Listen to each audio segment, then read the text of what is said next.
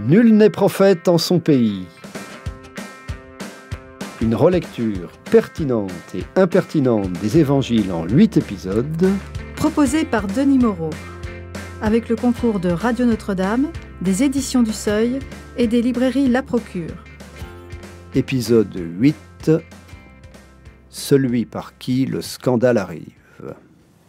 Jésus disait : « Qui accueille en mon nom un enfant comme celui-là, m'accueille moi-même. Mais quiconque fait chuter un seul de ces petits qui croient en moi, il est préférable pour lui qu'on lui attache au cou une grosse meule et qu'on le précipite dans l'abîme de la mer. Malheureux le monde qui cause tant de scandales.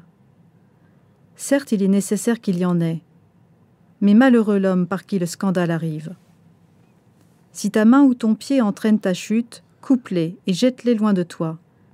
Mieux vaut pour toi entrer dans la vie manchot ou estropié que d'être jeté avec tes 2 mains ou tes 2 pieds dans le feu éternel. Et si ton œil entraîne ta chute, arrache-le et jette-le loin de toi. Mieux vaut pour toi entrer borgne dans la vie que d'être jeté avec tes 2 yeux dans la géhenne de feu. » En Matthieu, chapitre 18, versets 5 à 9. Dans la seconde moitié de ce passage, Jésus manifeste de façon paroxystique son sens coutumier de l'hyperbole. En son outrance même, ce texte montre ainsi qu'il ne saurait être question de toujours lire la Bible au sens littéral, elle qu'elle appelle parfois, d'emblée, une interprétation. Les chrétiens, heureusement, ne s'éborgnent ni ne s'estropient après avoir fauté par les yeux ou les mains. On aimerait que s'en souviennent davantage les créationnistes qui, contre toute espèce d'évidence, réclament, justement, qu'on continue à lire la Genèse en son sens littéral et s'en servent pour contester, de façon idéologiquement surdéterminée, les acquis de la science moderne en général et de la théorie de l'évolution en particulier. Pour le lecteur raisonnable de la Bible, la difficulté, qui n'est pas mince, est évidemment de déterminer quand, comment et au nom de quels critères on peut ou on doit se fier au sens littéral et quand il faut s'en éloigner. Dans ce passage, la tradition a retenu l'expression « celui par qui le scandale arrive » et la condamnation portée contre lui, notamment lorsqu'il est occasion de chute pour un innocent. Étymologiquement, le grec scandalon signifie obstacle, ce qui fait trébucher, comme une pierre contre laquelle on bute.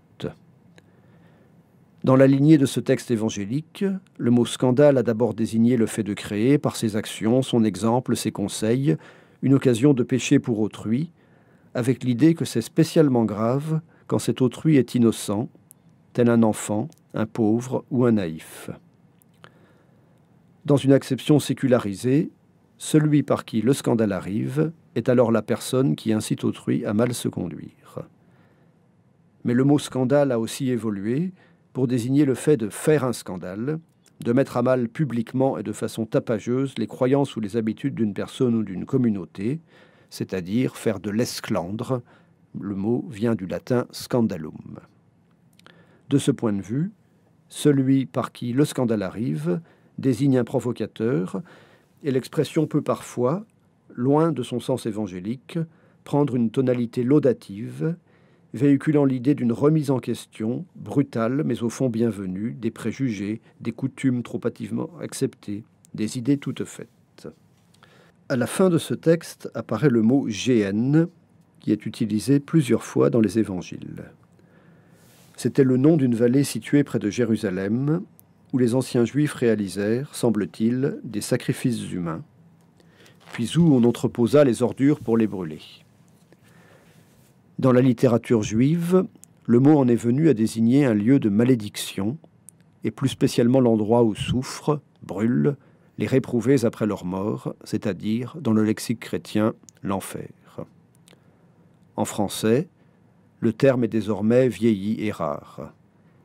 Il désigne une torture qu'on s'inflige ou qu'on inflige, comme dans l'expression « mettre son esprit à la géhenne », une douleur spécialement vive, intense, ou encore le lieu où l'on subit ce type de souffrance.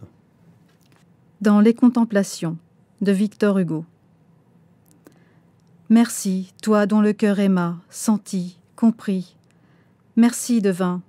Merci frère, poète, esprit, qui vient chanter cet hymne à côté de ma vie, qui voit mon destin sombre et qui n'a pas d'envie, et qui dans cette épreuve où je marche, portant l'abandon à chaque heure et l'ombre à chaque instant, m'a vu boire le fiel sans y mêler la haine.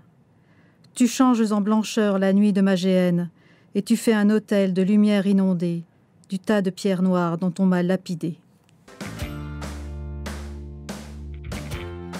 Retrouvez ce texte et d'autres paroles d'évangile aux origines de nos formules familières avec mon livre « Nul n'est prophète en son pays », disponible dans toutes les bonnes librairies en général et en particulier à la Procure.